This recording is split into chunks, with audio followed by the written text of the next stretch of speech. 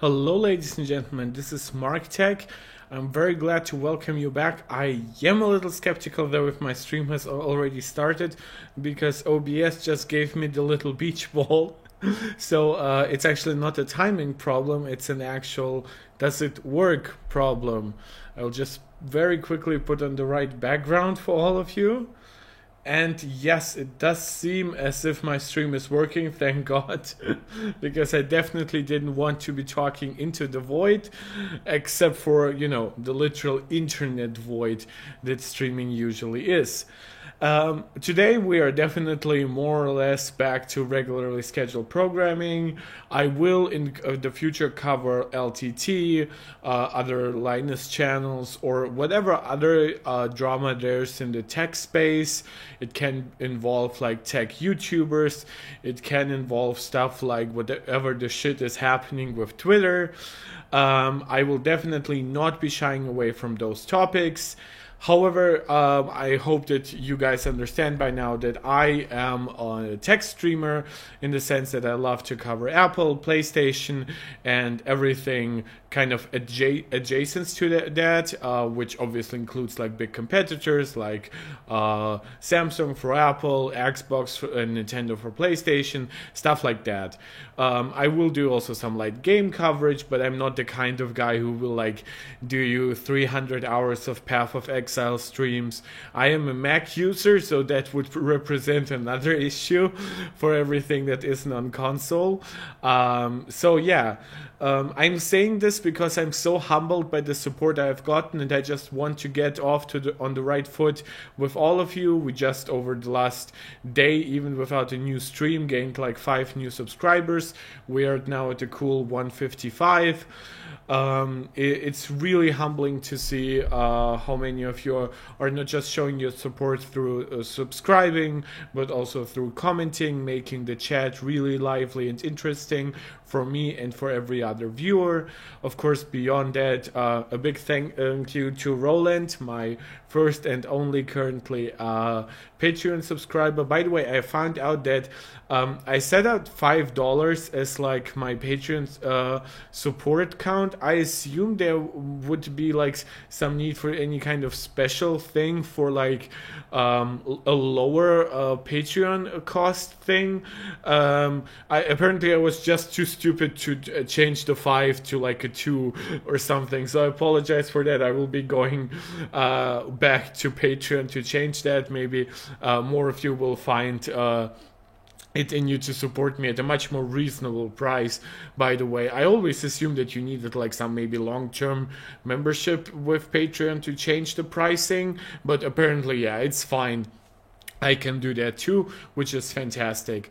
So we actually have 2 major topics to discuss today. 2.5 if we go back to one of the topics in the previous videos. Granite, you're the first guy to comment today. Very, very big welcome to the stream. As always, guys, please chat in. Please ask questions. Please leave comments what you think of whatever is going on, if you think my take is correct and stuff like that. I always appreciate that. I don't want to be talking into the void in the sense that I want no feedback, no controversy. If I do something really wrong or say something really wrong, I'm perfectly capable and happy to deal with backlash if needed, but usually I'm just looking forward to a nice discussion. So going back to the 2.5 topics at hand, first starting with the half, it's not even really starting with it, it's just kind of new stuff when it comes to the iPhone colors that we're expecting to see. This is just a sneak preview. The more major topic that we're covering today will be the revamp of the iPad Pro as promised by Mark Gurman in his latest Power On newsletter. And the other like middle importance topic would be Apple's switch from animal leather accessories for the iPhone to vegan leather alternatives. Now again, details on all of those things, like the major topics, are somewhat scarce, but we'll do the best out of it. Granite, what are you asking? What is USB-C? In what regard? Yes, it is USB-C here on the iPhone 15. I think by this point, with the EU legislation, with all the leaked ports and everything in between, I think the only thing that remains to be seen about the iPhone's port is its actual specifications and the difference between the Pro and the non-Pro models. I think there's zero chance that there's no USB-C on this year's iPhone, and I think there's like a topic of discussion for people like Vadim Yurev, who leads MaxTag with his brother. Is like, would Apple at some point like go with like fully wireless, because fully wireless would enable them to go against EU legislation, because what the EU legislation says, as long as it's a standard charge, as long as the charging port, it has to be standard, and the standard is USB-C. Apple could get rid of all ports and just leave a Qi/MagSafe 2 charger. It's not MagSafe 2, is it? No, it's just the iPhone version of MagSafe, basically. There, oh, it's Qi 2 or MagSafe, and Apple could just do that. The problem with this line of thinking, and why I've always been critical about it, is that USB-C standardization legislation exists outside of the EU. It's currently being worked on in India, Saudi Arabia, the US. While the US is not very good at controlling private companies in general, it seems likely that it would pass if it was really needed. So I don't think that Apple would want to create problems with other countries who might not have that kind of exception in their legislation as the EU does. So to me, what that means is that we're getting USB-C for like the next 10 years, unless there's like a USB-D that comes before it. And I don't think it will, because USB-C is plenty versatile. It connects directly to PCIe if you want to, so it can give you like great Thunderbolt speeds if your device needs it. It supports a metric fuck ton of charging speeds, like now in the 200 watt range. Technically, like power delivery 3.1 is 140 watts, but technically like later standards could go like up to 240. So there's so much potential with USB-C that for phones it will be like good enough for years and years. And even on Macs, I would argue by the time Thunderbolt 5 comes around, it will be more than fine for the vast majority of needs, especially the more we transition to like a wireless future in general. I think having just one port that we don't have to think about will kind of be a no-brainer that Apple wouldn't want to go back from. So yeah, we are seeing USB-C on the latest iPhone leaks, and I think it's very, very clear that like the base iPhone 15 is not changing very much, as you can see here. So at least like in terms of its chassis, the main change, of course, with the iPhone 15 that is expected for this year will be its change to the dynamic island on the front. But for everything else, USB-C is kind of one of the most major things to expect on this year's iPhone. And as you're saying, Granite, it's about effing time. So I've outlined the topics we're going to discuss. I did a small I deviated quickly to USB-C in general, and the thing I would like to start with is something that is near and dear to my heart, which is the iPad Pro. Now, this is Mark Gurman, and this is from yesterday, so I am not very late to reporting this, but I understand that obviously iPads are always subject to some controversy with how people perceive them. Some people are angry that iPads have never fully graduated to full-on Mac replacements, though I would argue that they still obviously have functionality that Macs don't. But that's neither here nor there. Obviously, Apple wants to reinvigorate iPads once more. It's been kind of a hard time competing for them against Apple Silicon Macs, even though, from what I understand, iPads still sell more in terms of units than Macs.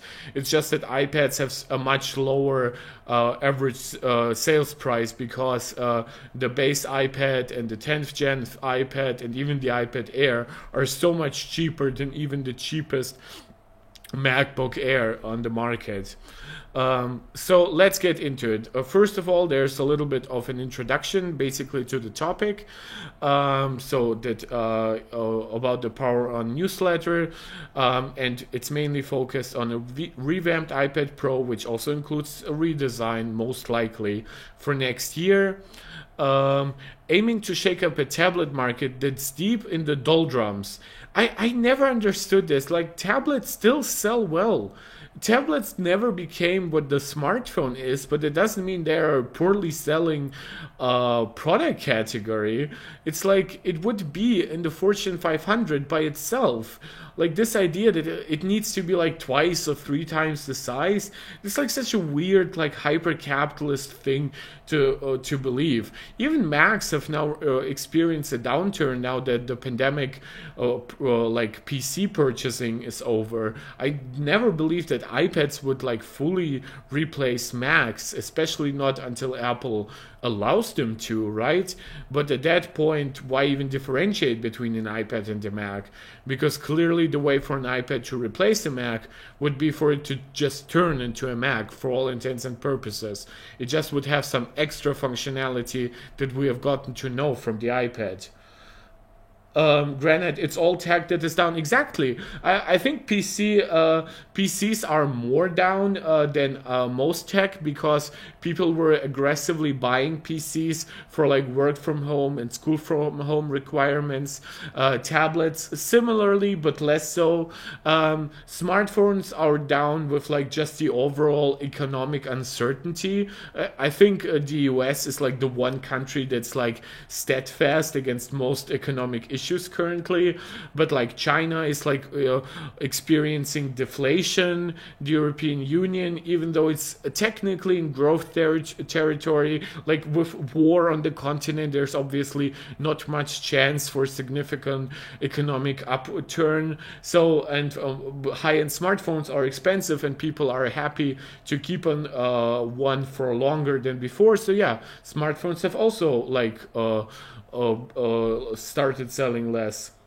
Yeah, the PC market is also impacted by like the pricing of individual components, especially like GPUs. CPUs have mostly returned to normal. Storage has actually dropped by like 2 or 3x. That's, by the way, this is a little bit of a tangent, but like storage is like an oligopoly basically. It's like controlled by very, very few suppliers, and there is like an intrinsic understanding between those companies on how to price. And while people were really aggressively looking out for components, those companies were like holding back supply so that prices would still be high. And then they started like sitting on like warehouses full of storage. And once the pandemic demand dropped off, like storage dropped into the nothing. And then of course there is Nvidia on the PC side, who enjoys like higher than Apple margins on their hardware.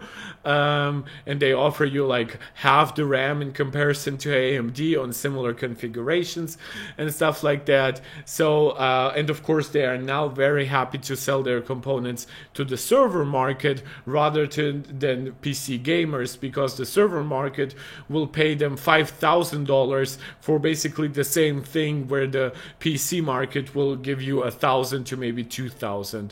So yeah, it's all a difficult balance right now. I think some of it is like going back up a little. We've seen that with like the latest quarterly earnings reports, but all of it is also in the uncertainty area. Like if inflation spikes spikes back up again, or if US growth really starts to stall, we all might end up in a recession. I am not a fearmonger on that issue. I think a recession is primarily something that is might be wanted more by the companies, because that would lower interest rates, which would be better for business in the long term. But yeah, so this was a little bit of a tangent. I apologize. But yeah, the PC market was, and just all tech market, and just in general everything basically is a little bit in the down low. Just look at the freaking housing market in like China, which is like obviously one of the most major places for housing, and it's like dropping by half in some areas, because they just cannot find people to sell buildings and apartments to. It's crazy right now. So people who are really like dogpiling on the iPad as something hyper specific that is like super unsuccessful, it has never been true. It's certainly not true now. So he just gives a little bit of a preamble that he like covered Apple Watch 10 rumors. I've also covered them basically on that. Apple's iPad Pro is getting its first major overhaul in half a decade, and it can't come soon enough. I've pre-read half of the article and I've felt some of the drama, so this is why I really wanted to give like that prior explanation to why I don't think it's that fair. The iPad category, really the whole tablet market, and this is honestly a distinction that needs to be made. It's that the whole tablet market is arguably down a lot, and then the iPad is down somewhat, right? It's like the tablet market outside the iPad is like cheap $200 tablets. And a few like Samsung Galaxy Tab S8s and S9 Ultras. That is not the representative of the iPad. The iPad, even with some of its drops over the years, has never been abysmal as a product category in terms of sales, revenue, or profit. So saying the iPad category is in a deep funk right now is not true. Saying the whole tablet market is in somewhat of a funk right now would be far more agreeable here. Housing, food, and gas are the only thing that won't go down in Canada. Yeah, it's a little bit different depending on the country, because like housing is like it depends basically if your country and or like even like private owners have invested a lot into housing prior, expecting for there to be a continuous boom. If your country hasn't done that, then housing prices will not go down. While China has overinvested into a lot of housing, so that's why it is going down there. The Surface lineup over the years, the Surface lineup cannot be fully evaluated this way. I believe it's super duper stagnant. The Surface line, whenever Microsoft points out their sales, now includes stuff like the Surface Laptop, the Surface Studio, and from what I understand, the Surface Laptop has actually been like successful in comparison to a lot of the other Surfaces. So it's actually now like Microsoft's response to both the Mac category and the iPad category, and it's by no means anywhere near as successful as those products combined. It's by itself not even competing with either one in terms of revenue and volume, but if you combine those two, because Microsoft now does have its regular tablets, even like an ARM-based tablet, and then they have like the Surface Laptop and everything else. So no, the Surface lineup is not in a good position right now.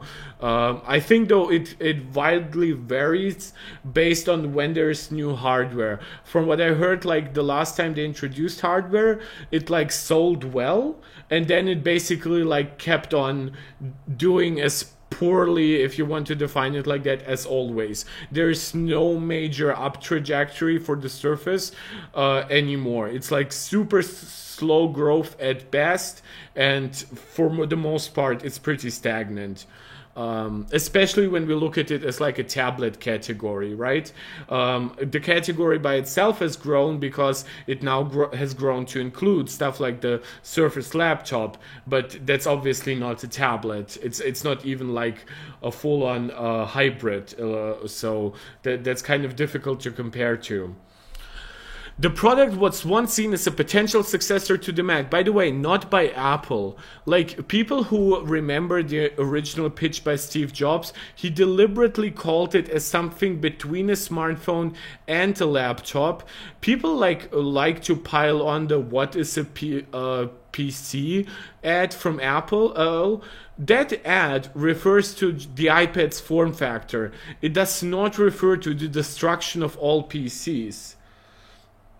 Yeah, stagnant is fine if it's a saturated market. Yeah, I cannot call for the last few quarters. I can just briefly look it up. It's interesting. Surface sales over the years, Microsoft. Yeah, so this is what I heard from January. This was when the category basically dropped off the cliff. Like, it grew once they introduced the Surface Laptop and stuff, and then it really stopped all of that success. But they don't break up by units, right? They break by revenue. So it's difficult to really compare because what obviously sells each quarter is different. So Microsoft did not disclose which Surface devices failed to meet expectations, though there were only a few to choose from. The Surface Pro 9 in either 5G ARM. Oh my God, Jesus.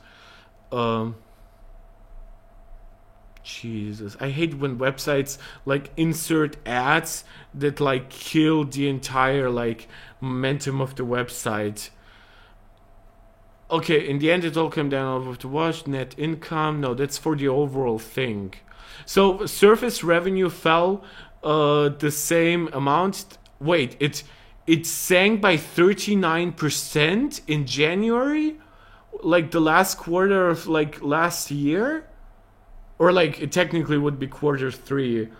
Yeah, it's so many ads, and I even have an ad blocker, right? So those are really, really good websites when it comes to that. I don't think that this is integrated into the website as an ad. I think it's part of their own promotions, so it's not getting recognized as an ad.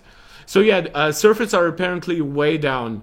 So the problem with Surface is it's that they're included in the device business, and that is 40% down, but by all accounts Surface has dropped just as much.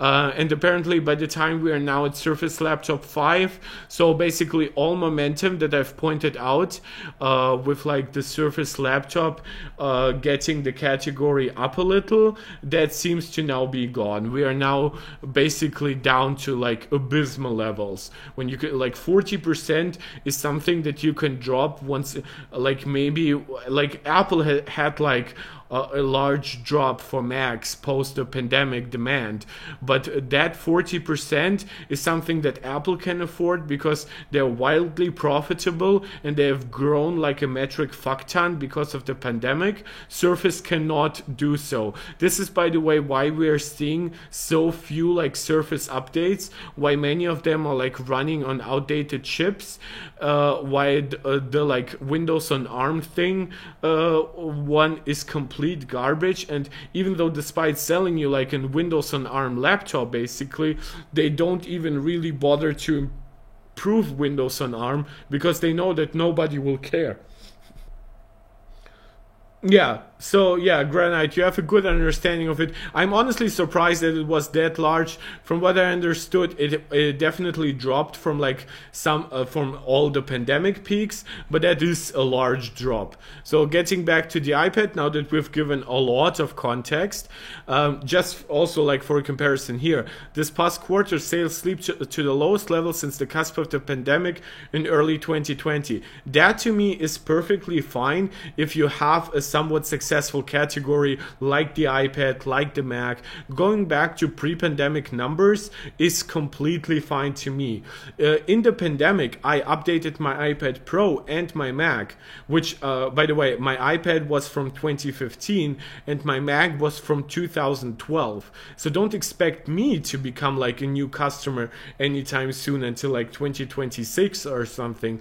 So yeah, it's perfectly normal that after big spikes in demand, especially once artificially created, like the work from home stuff, or at least not created by the company itself, right? We're now seeing here like a 17% drop in the second quarter. By the way, it's also IDC sales. It does not perfectly line up with Apple's revenue because Apple's revenue will fluctuate based on which iPad mix basically we have on hand. Sometimes iPads Pro sell better, sometimes the Air sells better, sometimes the base iPad sells better. So unit sales are handled by companies like IDC, who like try to estimate shipments. Revenue will be a little different. Yeah, like desktops and laptops, tablet sales. It should also be said that this is not the same quarter, but like we were talking there about like Q3 of last year, and this is Q2 of this year. So it's a little different, but nonetheless, it is all post-pandemic. Like desktop and laptops, tablet sales have slumped, so good that he acknowledges desktops and laptops here. Otherwise, it would be kind of dishonest. Nearly every major manufacturer is suffering declines, including Samsung, Lenovo. There's just not much urgency among consumers to buy a tablet, which again, as I've said, this is why I think it's always weird how much people were trying to blame the iPad for like not being a Mac, for not being super successful. Like, the iPad is successful, it's just not the iPhone. Next to the iPhone, everything is not majorly successful. It has always been such a weird issue to me. So they don't buy new tablets or upgrade their perfectly functional old ones.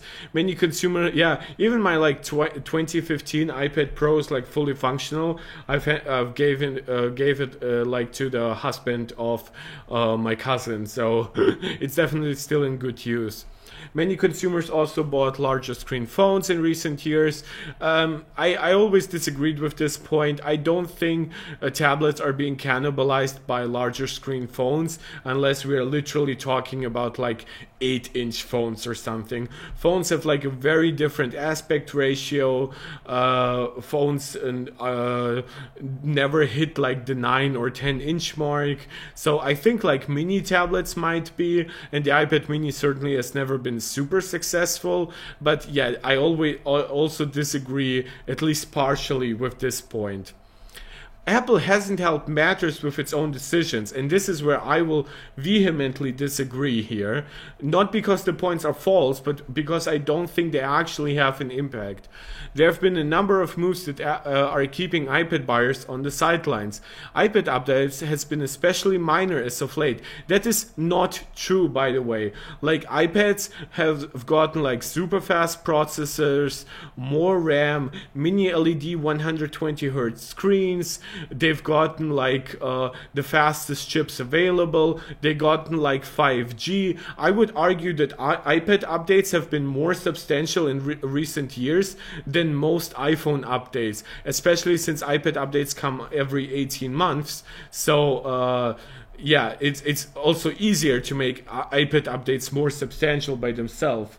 Desai Tatsad, I welcome you to the stream. I don't think I've ever read your name here. What do you think about the iPhone 15? I will briefly talk about it a little later. Yes, I am excited for the iPhone 15 series as a whole, but primarily for the iPhone 15 Pro. I will be buying the iPhone 15 Pro to replace my 13 Pro Max. I'm very much looking forward to things like USB-C, a 3nm A17 chip,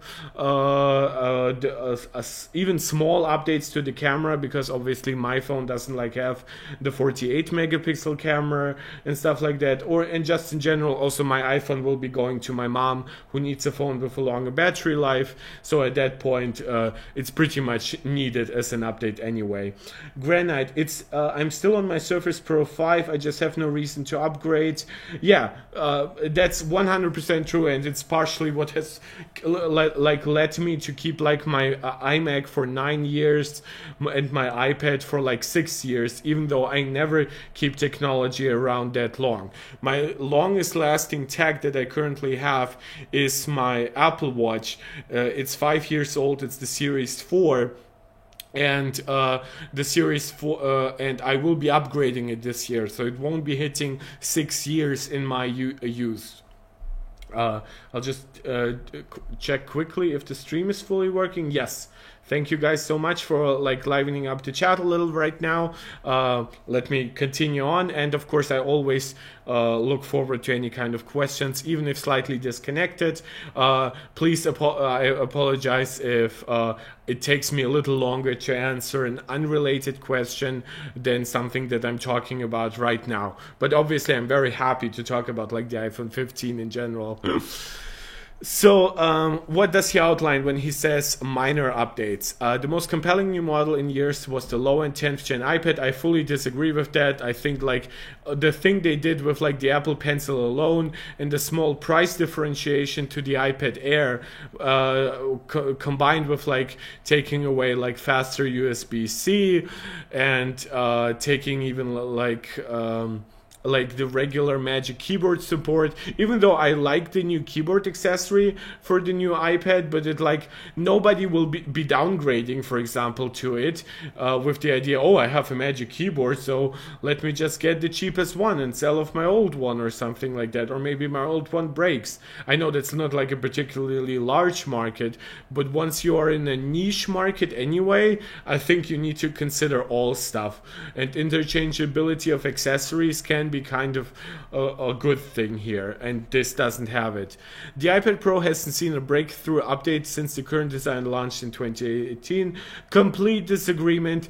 The M1 iPad Pro had a mini LED screen, it had an M1 chip, it had double the memory of the A12X chip, and even still more memory than the A12Z chip. It had Thunderbolt, it had 5G. All those things are what sell also smartphones, so to me I never agreed with this. I didn't buy the 2018 iPad Pro, I bought the M1 version, and I will stand by that. It might not be a redesign, but you don't always need to redesign something to get a major overhaul, like because he is conflating those issues here, right? He's saying it hasn't seen a breakthrough update since the current design. He is kind of like priming us to think, oh, if it's the current design, then it cannot be, like nothing else can be breakthrough, but that is absolutely not the case. Don't forget that like even the Magic Keyboard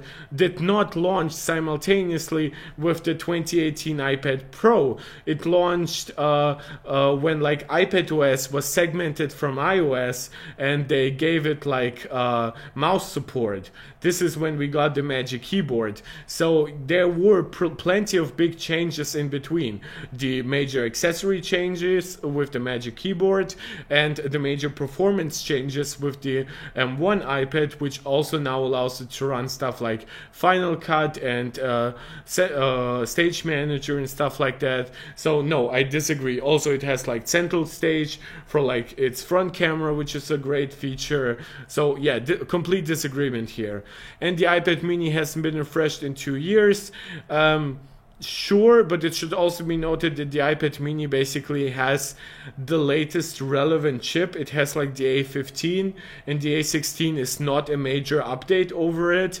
So outside of giving like the iPad mini a big screen update, there wasn't even a big chance to update it until now. Like maybe with the A17, maybe not the fully binned one and stuff like that, and then you could give it OLED and then you would get a nice update. it. The lineup is confusing. Yes, I agree that the lineup is confusing. The thing I disagree with, and I've had that discussion with like friends and stuff, is I don't think a confusing lineup will hold off people from actually buying stuff that they enjoy. Like some people like me will just go for the most high-end version because they can afford it. People with a reasonable budget will just look at what the a budget will allow them to buy and get the somewhat most good thing they can get out of it, which by the way, between like an iPad Air and an 11-inch iPad Pro will usually be the iPad Pro for promotion, for double the base storage and stuff like that. There's plenty of good stuff here. Wi-Fi 6E, and actually even faster chip currently. So I disagree that it's like, oh, who cares? Like, look at how he points this out.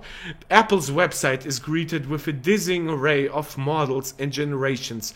Take the 11-inch iPad Pro and iPad Air, which are similar in size and appearance.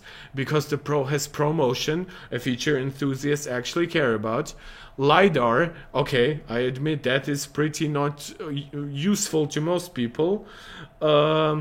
Granite, thank you. You're voicing it perfectly. So glad you're joining us in the chat today. A confusing lineup only annoys the enthusiast. That is 100% what I believe. I think people who cannot afford like the confusing mid-upper range will just not buy it anyway. And people who can afford the best will just get the best. But Apple made its mentor piece of enthusiast category as a whole. Well, yeah. Apple does piss off enthusiasts sometimes, like a more locked down operating system and stuff like that, especially like on the iPad. But this is why I never understood. It's like a love-hate relationship for a lot of like, even like Apple YouTubers with the iPad. Like Drew from Talos of Tech is a good example. He recently sold off his last iPad because he's been so unhappy with it. This is the same guy who said that like his favorite Apple product was like the 2018 iPad Pro, and literally nothing about it got worse unless you consider it not getting Stage Manager is not well, no repairs, no upgrades. Well, by the way, repairs is not true anymore. Apple does have now a DIY program. When you actually look at how repairable iPhones are, especially the current non-Pro version, iPhone 14, you will be stunned by how much Apple has changed in terms of repairability. Upgrades, sure, but I would argue that no major smartphone or tablet is upgradable anyway. So primarily where that annoys enthusiasts would be on the Mac side. But then again, thin and lights on Windows laptops have also for years not been very upgradable or repairable for that matter. So Apple kind of started a trend, and now companies like Dell, HP are going back a little bit on that, thankfully. I don't think it really suits anybody but Apple, and even Apple is getting better about that. You're saying repairs are still limited to what Apple accepts to sell? Yes, it's true, but that's also what I would want as like an Apple consumer. If I ever wanted to do DIYs, or if I expected like any of my friends and family members to do DIYs, I would want them to use authorized parts. By the way, it's also not quite true what some people are saying about like that you always need like super specific tools. Sometimes it will tell you that the part is like not tested for being genuine, like with the battery, if it like was installed not properly, but it will still work. And I as an end user would want that warning. But yeah, of course, I will never argue that Apple is like the best company at that, but that's why I've always argued for choice. Less so for mandates, but more so for choice, where if I wanted a fully open smartphone ecosystem, I would get an Android. Nothing prevents me from that.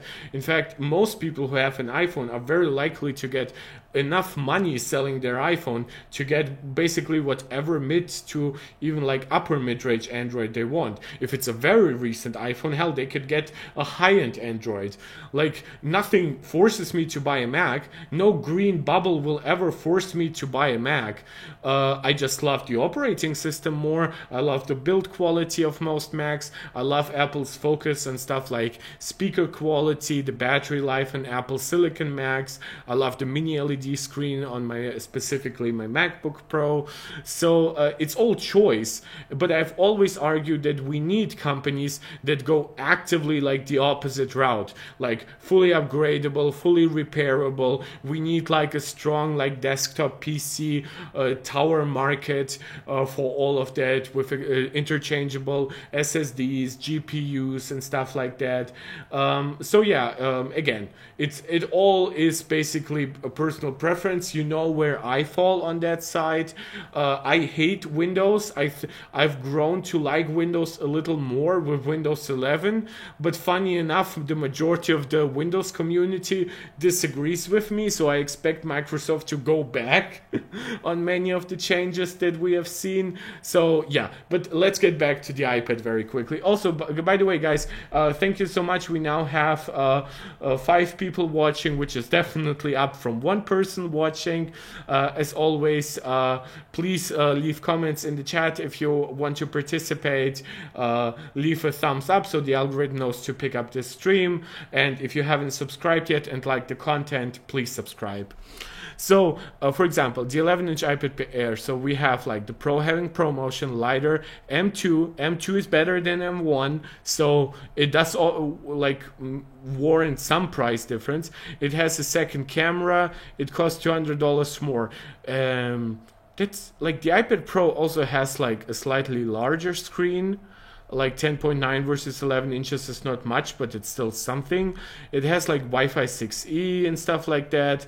And also, and of course, it has like double the base storage. The iPad Air costs $600 with 64 gigs of storage, which, by the way, is something that I completely disagree with. I think Apple could have gotten away from making the 10th gen iPad for $400 something, right? What is it, $450, $400? It doesn't really matter. It's like 64 gigabytes.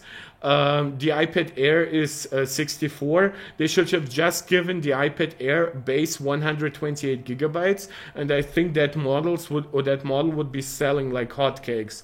Instead, they have like a 256 gigabyte model that costs $150 more, which puts it like way too close. Which costs $100 more. Sorry, it doesn't cost $150. Which is now way too close to the regular iPad Pro, isn't it? Like iPad Air. That is like I want the US website because because Euro prices are always like a little skewed. So getting rid of the DE here and buying the iPad Air. So yeah, with education prices, it's $549, so it definitely does cost like $600. Oh no, it's actually $150 upgrade to 56. This is absolutely ridiculous. I can get for like that price, I can get you like a 2 terabyte NVMe storage drive at this point. This is where I think Apple is going completely wrong and is actively preventing sales. Like with current storage pricing, quite honestly, the base config on the iPad Air probably should be 256 gigabytes, but at the very least, I would like want to double both of those configurations. Like make the 64 gigabytes start with make it be 128 at the same price, and make this be 512.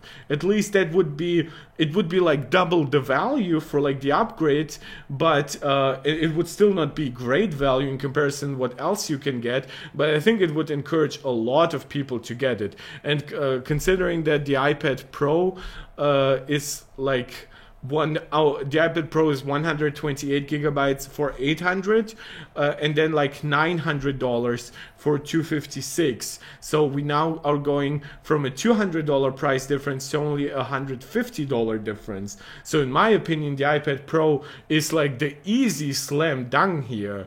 It's like, it's so not like, it's so obvious, and just when you use it, it will feel so much faster, not even because of the M2, but because of the ProMotion screen. So yeah, like Mark Gurman clearly is like talking like an analyst here and not like a super deep in the tech guy, at least in my opinion. So yeah, that was a nice diversion as well. We're doing a ton of extra fact findings today, guys. And then of course he lines up the 10th gen iPad, meanwhile, should probably already have replaced the $329 iPad. Yeah, I agree, they should have merged into two, like probably at like $360 or something. A holdover that still has a home button, yeah, but it has a home button because it's older and cheaper. Apple is also competing with itself thanks to improvements in the Mac lineup. By the way, that is a good thing for a company. I know, like, competing with itself, people will always like call out the company, oh, but one product is like poorly priced and the other is like well priced. Well, guys, then guess what? Which product will have to give them a higher product margin? Something. It's all designed to like lead you to the product that will make them more money. This is why Nvidia will give you literally better price to performance on their upper range models right now, because they want to make the money there. They want to have the purchase. Even if the margins are comparable to the cheaper model, one purchase will give them literally like 50-60% more of those profits. Like, so this idea that companies are like stupid to have stuff that like competes with itself is completely wrong. In fact, it's a privilege to be able to compete with itself. Usually when you compete with itself, it kind of means that nothing else is forcing your hand, and competing with yourself also means you can just produce less of whatever sells less. So yeah, it's a little ridiculous the way he phrases it. Following the company's move to in-house chips, Macs have become more durable and cost-effective. Yeah, that durability argument like has everything to do probably with like the butterfly keyboard, which was eliminated prior to the introduction of Apple Silicon. So this is not like, he should have just said efficient, I guess. That's weird. They last longer and are speedier. I assume they last longer is about durability, but Macs have always been good at lasting longer, unless he means like they will last longer through being speedier, right? But we have no guarantee about that. We don't know how Macs might be affected in the long term that have only 8 gigs of RAM or something like that. Eliminating the need for iPads in some cases. Yeah, for some cases. The approach to iPad software continues to be perplexing. Stage Manager, which is meant to make it easier to multitask, can still be difficult to use, and Apple has been reluctant to bring more Mac-like functionality to the platform, but they have just brought Final Cut and Logic, so that is also a point that is not fully true anymore. But yeah, of course, for example, I'm using OBS from my Mac. It's obviously not something that I could perfectly replicate on my iPad. So yeah, I understand the criticism. It's just that I don't think the average person is holding him or herself back from buying an iPad because it doesn't have like OBS or something like that. That being said, Apple is still in better shape than most of the competition. Thank you, Mark Gurman. Took you a while to mention that. Far away the market leader, 37% of shipments. And by the way, the vast majority of shipments are priced way less than the 9th gen iPad, which is insane. Like the other, like, it's hard to find Android tablets that sell well above $250, often above $200. So and they have like nothing in like that category truly. that sells. I know there are technically some devices always, but like, yeah. And then in the pro segments, we ironically then get some competition there, especially if you also account for like the iPad Air. Then we have like the Surface devices and obviously like Samsung's tablets, but the sales volume is just so low. It just might as well not be there. Xiaomi was the only manufacturer to grow, 42% shipment increase. Yeah, but they grew from basically zero in the last 2 years, and it's primarily like a China selling thing, primarily like super cheap. So it's like at 1 million units with Apple's compared to Apple's nearly 11 million. So it's in a completely different playing field. The good news is, and now this is where we are getting to the good stuff, is Apple has its best chance in years to reinvigorate the market and overhauled iPad Pro. I would argue the M1, if they had introduced like macOS on it, would have like really catapulted the iPad upwards, but it would have like come at the complete cost of the growth of that we have seen on the Mac. So Apple was pretty smart the way they ultimately handled it, because they can still like bring like more macOS like functionality to the M1 and the M2 iPad Pro at any time. It's just because they didn't do so right away, the Mac still kept on selling. The new model due next year, sorry, I'm taking a sip here.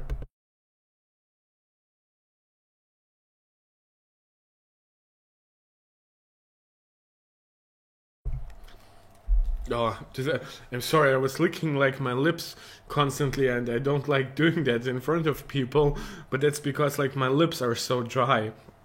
The new model due next year will mark the first major update to the product since 2018. The current iPad Pro has been upgraded with new chips, cameras, display technology, and sensors, but has undergone more fundamental changes. Yeah, guys, who gives a fuck about processing power, displays, and how your iPad basically interacts with the environment through sensors and cameras? Yeah, nothing short of a design change is an actual change. I so fucking hate that attitude, but for some reason it's like really prevalent. Like, so like the M3 iPad, the M3 MacBook Pro will not be a big change, because it will potentially like be a chip upgrade and maybe a display tech upgrade, and that's it, right? We don't need more. Like, it's so weird. Like, I understand we always want more, but technically we really cannot expect everything to change at once, and especially not like once we have those many combined updates. It's kind of the point to admit that the category has been upgraded significantly. It hasn't undergone more fundamental changes. I guess fundamental is just a design upgrade, whatever. The next iPad Pro models, codenamed J717, J718, J720, and J721, will shift to the next generation M3 chip, so that will be a 3 nanometer, which will be more efficient, more powerful. That's all great. There will also be Apple's first tablets with OLED displays. We've had rumors that the MacBooks might get OLED displays at a similar time as the iPad, but everything now points to the Macs taking like until 2025, maybe even 2026, and the iPad coming sometime next year, potentially early. The same types of screen used in the iPhone since the 10 model in 2017. That's not true. Those will be significantly updated. They're crisper and brighter and reproduce colors more accurately. This is complete and utter horseshit. Like, what is he talking about? Crisper? That's simply not true. OLED by itself, like, crisper, I don't think like, if he means sharper, then he is 100% wrong. Like, by default you can make any display basically any pixel density you want, like currently, like into like the 5 or 600 ppi range, and when we are talking about like micro OLED, this is when we start talking about like the displays on Vision Pro. But yeah, crisper, no. Nothing prevents Apple from giving you just a sharper Retina screen. Usually the reason why OLED screens have a higher pixel density is because they by themselves would have a low sub-pixel density if they had the same pixel density. That's just is part of the quirks with the Pentile matrix of how Samsung ships OLEDs. If it's, for example, not the case with OLED TVs that usually have like a standard red, green, and blue pixel matrix, but with a Pentile matrix, not every individual pixel has like three subpixels. Some have 3, some have 2, because some pixels share share a subpixel between them. So it's a little complicated, but it's also not that complicated. Technically, an OLED display, as currently shipped by Samsung for the most part, would be less sharp if it had the same pixel density. That's why iPhones went with a higher pixel density when they switched to OLED, so that the sub-pixel density would stay the same or even go up, but that it definitely wouldn't go down. Apple wouldn't tolerate that. They are brighter. That is 100% also not the case. It just happens that we now have OLEDs that go to 2000 or even like 2500 nits. Supposedly, like Samsung's latest generation LTPO will be like super bright. However, brighter by itself, mini LED gets potentially far brighter because it has no risk of burn-in, so you can just run it as high as the screen will tolerate. With OLED, even if sometimes it will allow for higher brightness, you would usually not want to keep it at that brightness for very long. And reproduce colors more accurately. This is also wrong, by the way. The one advantage that OLEDs have when it comes to color reproduction is like per pixel dimming. So technically you wouldn't get like blooming on what should be dark, and blooming itself can also like impact the other pixels around it, so that maybe you get slightly too much brightness in like one pixel over the other, even like colored pixel, right? But by itself, OLED actually is historically known to be less accurate, and it's just that per pixel thing that makes it like desirable. Usually to get OLED really pixel accurate, you get it onto like high-end professional equipment that is constantly being like fine-tuned. This like while with LED screens, you also get like much better color accuracy across several brightness levels. OLED will have sometimes wildly different color accuracy between like its darkest mode and its brightest modes.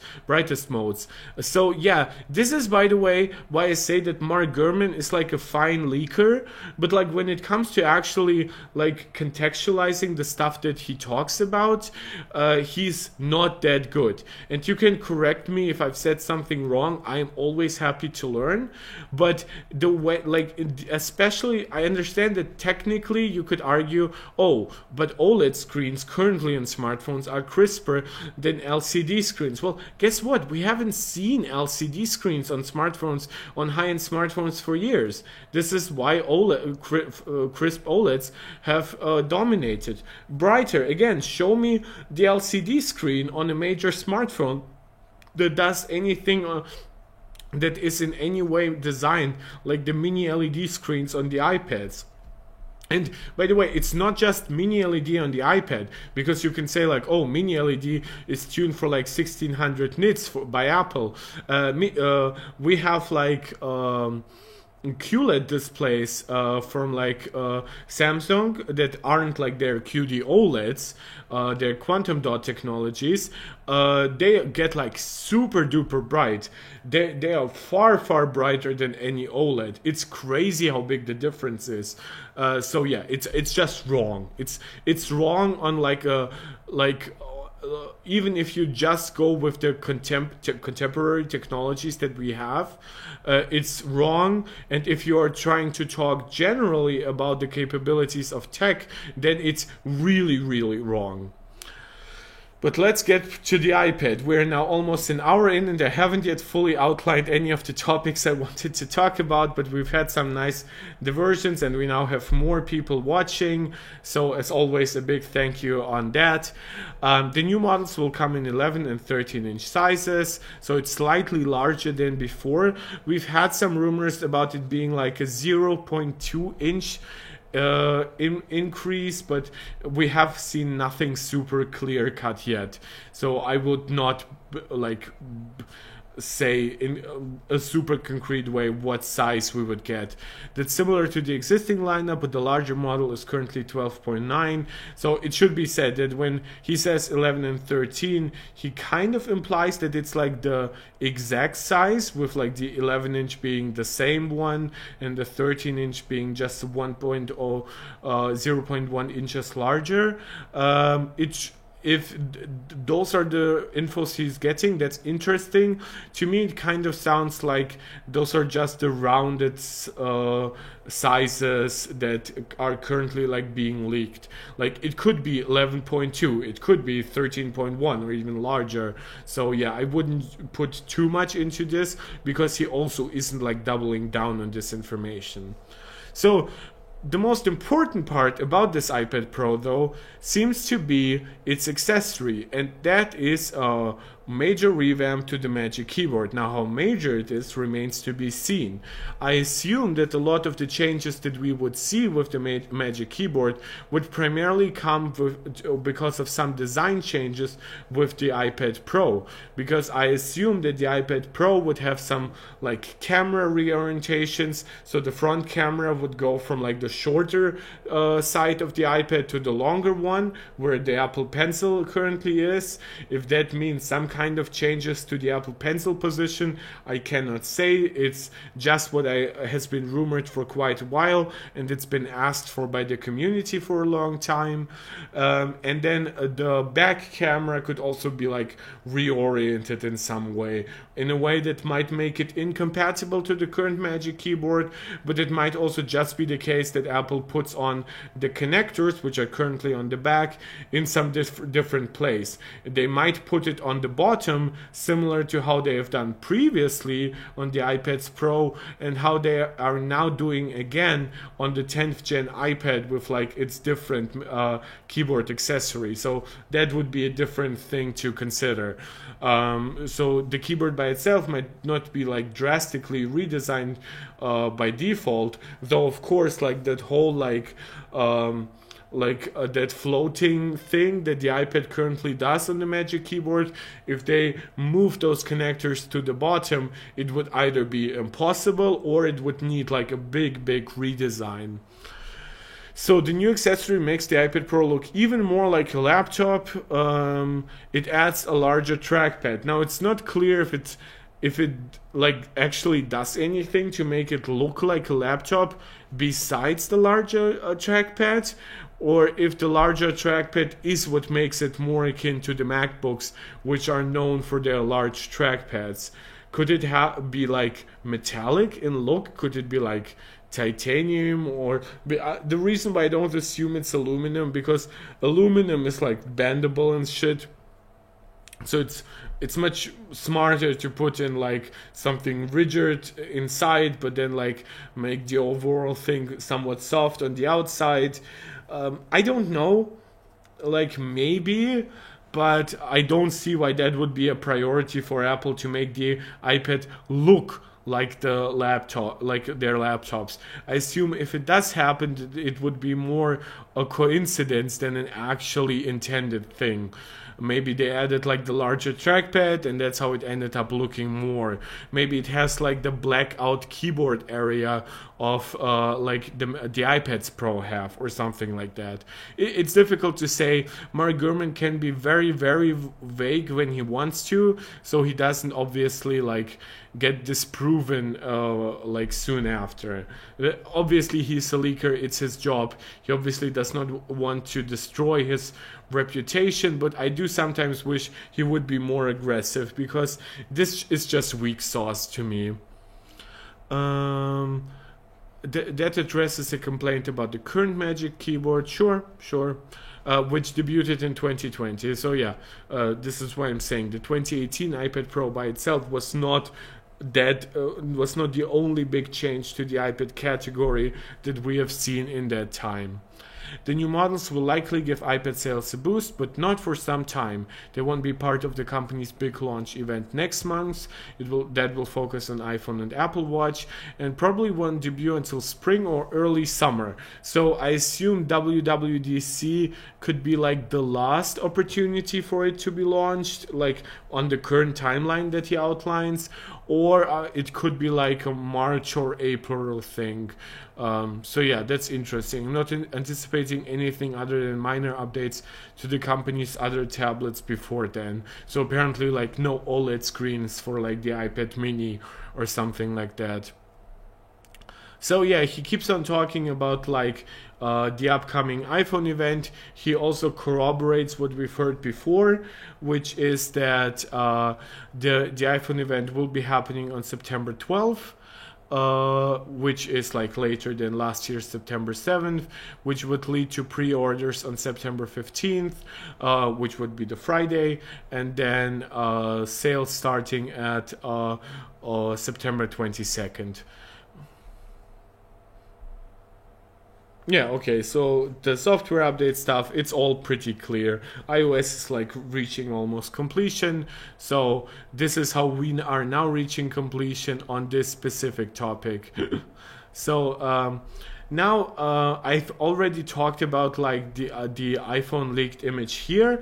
This is what brought us to talking about like USB-C, and it's an iPhone in green color, and that's an iPhone 15 to be more precise. So it's not a Pro model, which I assume you could tell probably on the back that there are 2 cameras, not 3, right? Can you tell that actually? Because to me it kind of looks like 3 cameras, but obviously at such low quality you cannot really tell, so this is why I will refrain from giving any judgment. Yeah, and this like lines up with some Majin Buu things, while he was also like leaking USB-C parts. Mac Rumors has done like a really nice summary about the iPhone's colors, which is here. So they will come in black for the iPhone 15, green, which to me, as somebody who's partially colorblind, does look like literally nothing, blue, which again, those are very subdued colors by themselves. Does it has to do with like True Tone? Yeah, oh, okay, it helped. Now I can see the colors. I don't know what I even turned off. I don't have a second screen actually active, and OBS is still working from what I understand. So then we get to yellow.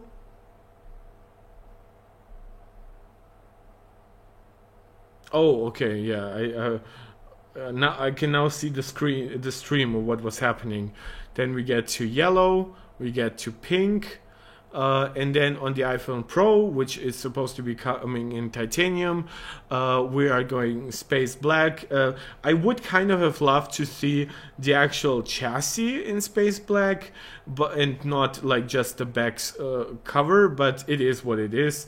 Silver, which would come in white. Blue, and then Titan gray, which would have also like the natural titanium look on for the chassis. The reason why I'm talking about those colors is because this is my second subject. This was my half subject basically. It has all to do with iPhone cases. Now, for years, Apple has offered us cheaper polyurethane cases and somewhat more expensive leather cases. They're expensive, but they're actually not that overpriced in comparison to most alternatives, and I've always found them to be sufficiently high quality for that given price point. Yeah. And Apple is now moving away from that. So we are supposedly going from what was previously like animal leather, animal skin, so which a lot of people have ethical issues with, and environmentalists in general have a problem with that. There's a lot of like leather production that doesn't even lead to like appropriate like meat production level. Sometimes animals really are just slaughtered for their skin and for the creation of leather, and of course just like having that process where an animal grows up, eats, etc., consumes water, it all adds to a much larger carbon footprint than if you were to make it out of an alternative that does not rely on animal products. So Apple is supposedly looking forward to a new woven style case to replace leather for the iPhone lineup. It should be said that we don't have concrete details on what that material will be, that it's some kind of fabric, right? But obviously that could mean a lot. But yeah, I will not be like making any assumptions on that, because I'm also not like, I know way more about metals than I know about like accessory materials when it comes to like leather or vegan leather. I for myself can say I have lived as a vegan for quite a long time. I don't do that anymore. I do, however, try to like reduce my meat consumption mostly for a large part, and I have almost completely cut down on animal products in like my clothing, my furniture, my accessories.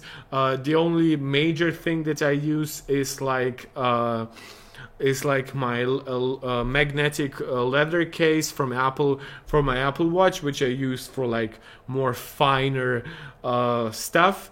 And I do have like a 12 self case for I actually tweeted that it's not actually for my iPad. I had one for my iPad it's not mine anymore. I've given that away. I have one for my MacBook, which I only use to like transport it when I'm like moving between cities for a while or something. I don't even use it like to transport it in just my backpack or something. So yeah, it's pretty useless to me. Basically, it's not this one, but my leather Apple Watch band is my most major leather product that I still use. But I'm very much looking forward to getting like proper vegan leather alternatives directly from Apple. So what does it say? Well, it comes from Chinese side Weibo. Majin Buu is not a leaker, him or themselves. He just reposts basically stuff that does become known on Weibo, and this apparently comes from like previously accurate leaker Uncle Pen, who explained that the new case option is a woven shell, which could add to like a very interesting look. And similar leaks were also shared on Twitter by Duan Rui and Majin Buu. And we'll get to how that stuff looks.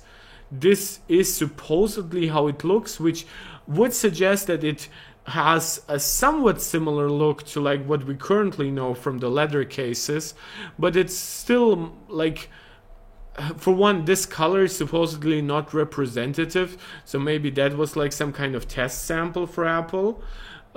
Which would be very interesting, on that they got colors of this but not the actual mass-produced stuff.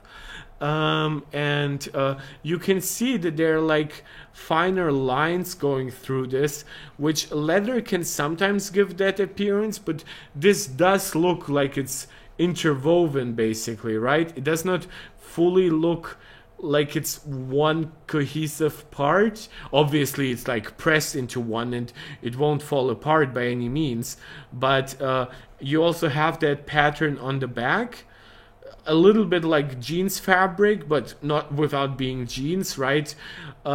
Basically woven. I know I am terrible at this stuff.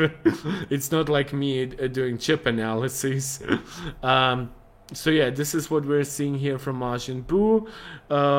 It's interesting. We don't, and the reason why I outlined like the previous colors for the iPhone is because we don't have good leaks on the colors of those cases.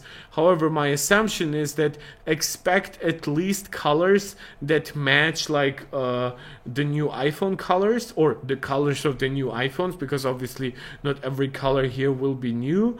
And then of course expect it to also be similar in color intensity, because sometimes we get like very pronounced like neon colors from Apple, sometimes we get like more subdued pastel colors, and in my opinion Apple really likes to play into this by either like 1 year there's like a big contrast between like the accessories and the iPhone colors, and sometimes there's like this sameness to the colors. So I assume that this would play more into like really well reflecting what the iPhone has to offer, but who knows, Apple might do like a boring pastel color update once again.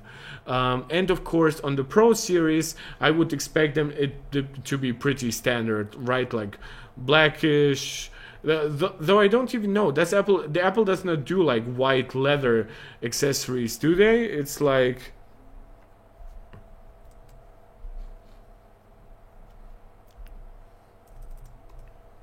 so if we look up accessories for the iPhone, and just let us look, yeah, so this is like what we get for the leather.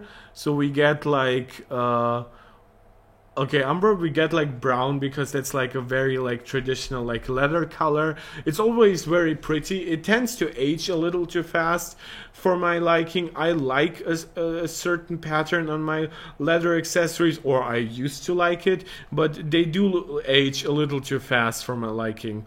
Forest green, which is interesting because yeah, that does not coincide with like the extra purple color here. Ink, always a classic. Midnight, though this photo of Midnight is terrible. Like Midnight looks far more lively in real life. And orange. So yeah, there is definitely no leather on Apple's leather. There's definitely no white on Apple's color scheme for the iPhone. For the leather accessories for the iPhone Pro. I'm so sorry, that was such a long speech. iPhone 14 Pro silicon cases. Silicon cases come like in a much larger variety, and as you can see they're also cheaper. So those colors go beyond obviously just even the colors that the lineup has to offer. Also this is like, of course this is for the Pro, right? But this even goes beyond the colors of the non-Pro models. That is what I wanted to say. And they do have like chalk pink. They don't even have like white on this one. That's crazy. Okay, so they don't even have like white or like something for the silver one in terms of silicon. But what about like well, you can get the clear case. That's also not a bad alternative. It's also like cheaper technically than the leather cases. See all MagSafe accessories. Yeah, it's all cases are now MagSafe accessories. Can I go here?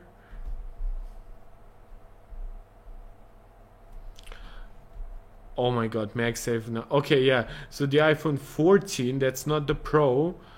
Oh, okay. It's pretty much the same colors. Okay, that's interesting. And is there like is there like leather for the non-Pro versions? Yes, there is. And it's pretty much the same colors as for the Pros. So at least Apple is consistent here. So I assume we would get like something like Midnight for like the blue version. I assume for like the black version we would get like the ink stuff, though Apple always switches it up at least a little bit. And then like I assume we would like take umber for like the classic brownish tone in terms of leather. Forest green, don't know, it honestly depends, right? Like we have a purple iPhone Pro, but then we have like forest green here. So yeah, it's difficult to predict. I definitely expected a little more overlap than we are actually seeing here, and this color would ironically like go really well with like the current purple iPhone Pro, but it's not that.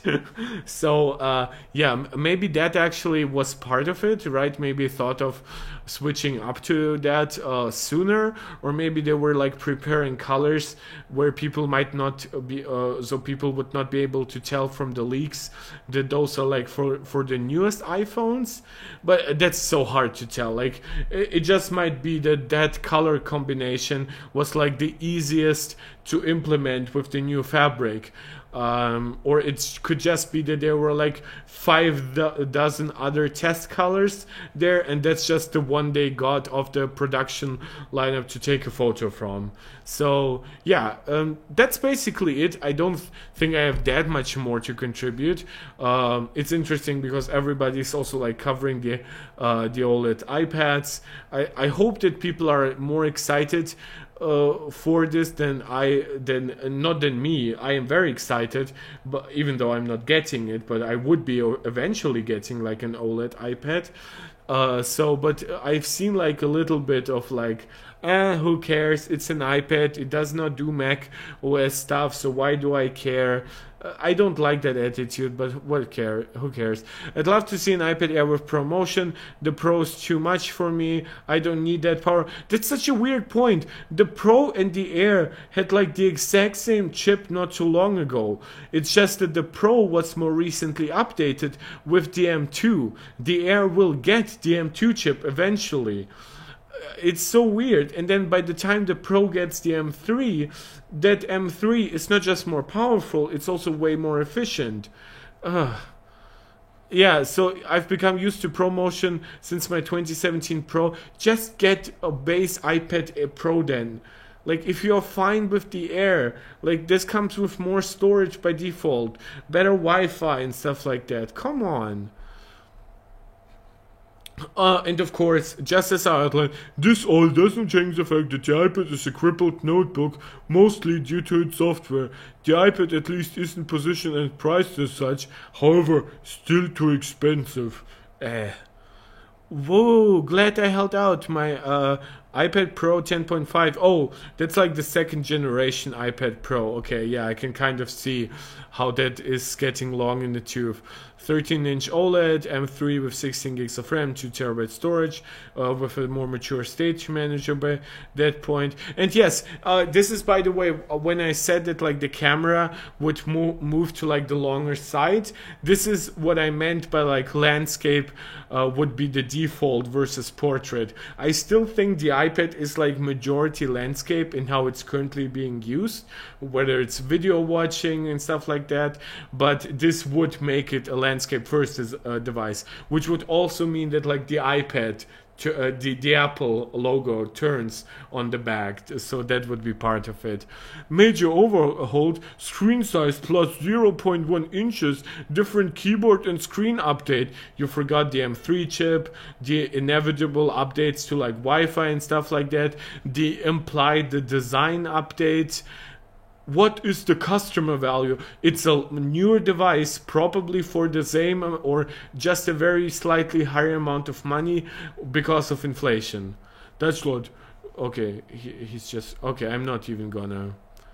It's too stupid for me. It's like it's all the same stuff. Nobody. I. By the way, guys, I've covered like the PlayStation Portal in like one of my recent videos, and I've said time and time again that I consider this a niche device that is not perfectly executed, right?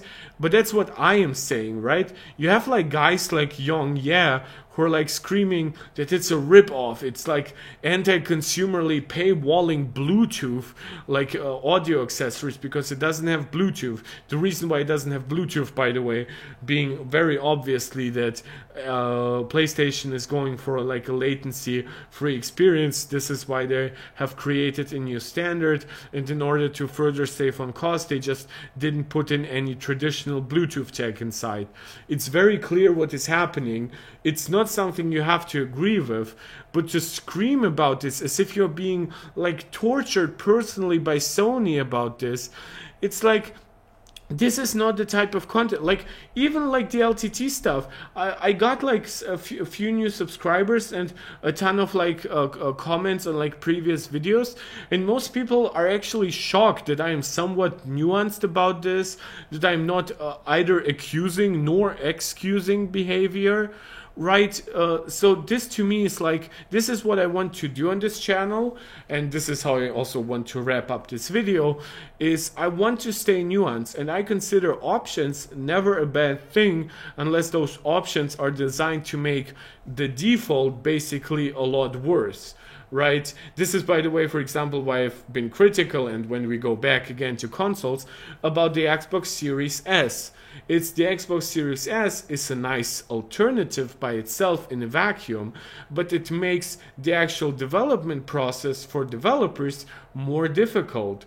It's also by itself something that holds back the Xbox Series X from getting appropriately great ports, similar to how the PlayStation will sometimes outperform it, because even with its objectively worse hardware, because developers just either care for one version, or when later on like pros come out, that usually happens by the time like the regular console is like very well known to developers. Last gen has been like left behind and stuff like that. So that usually does not impact the development for the baseline anymore. But if you make your Series S style device like the base version, this is how I believe you make the overall ecosystem worse. This is, by the way, why I've been pretty negative on the 10th gen iPad, because I believe it took away time and resources and design time from the engineers and everything to create a product that I consider worse in every way, except for like that one accessory and for the repositioned camera, than the iPad Air. If and everything that Apple had to do, and they could have saved all that research and development money, and they could have put into their freaking asses that fucking cable adapter to the Apple Pencil, which is one of the worst things that Apple has ever done, and instead they could have just given the iPad Air double the base storage and had like left like cheap notebook buyers much happier. This is how I consider how like cheaper or sometimes even more expensive alternatives make the default experience worse. Sometimes by taking away resources from the original creator, sometimes by taking away resources from the core development. Your Silicon Magic, you say they made it intentionally worse. Of course they made it intentionally worse. It's a cheaper product. I'm just saying that the cutoffs they made there will be confusing to people, to the point where in the beginning of my stream I talked about how confusion in the lineup is not an actual issue. It's just something that enthusiasts get really annoyed about.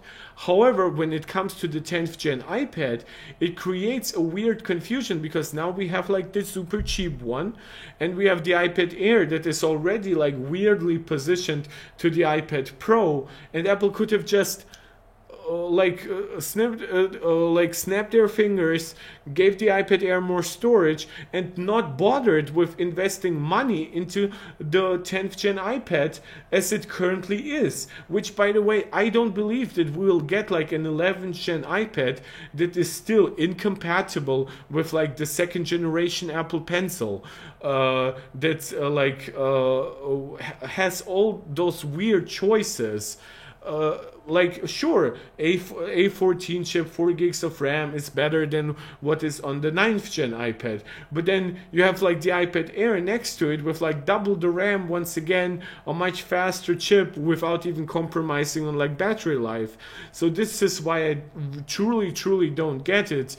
I believe that something truly went wrong in how they tried to design it, but then somebody decided to push it out nonetheless because they said we need a sub $500 iPad, and we cannot make it 330 or even 50 or $60 like we have with the base model, which means we're now keeping the base model, we're keeping the Air, and we're sliding in that new one in between, and let us find a way to like put in so little storage in the Air that it would not look that it does not make like the 10th gen iPad bad or the iPad Pro. So this is how I consider it makes everything a lot worse, because Apple had to sit there and think about it, and now is putting resources into creating it and marketing it.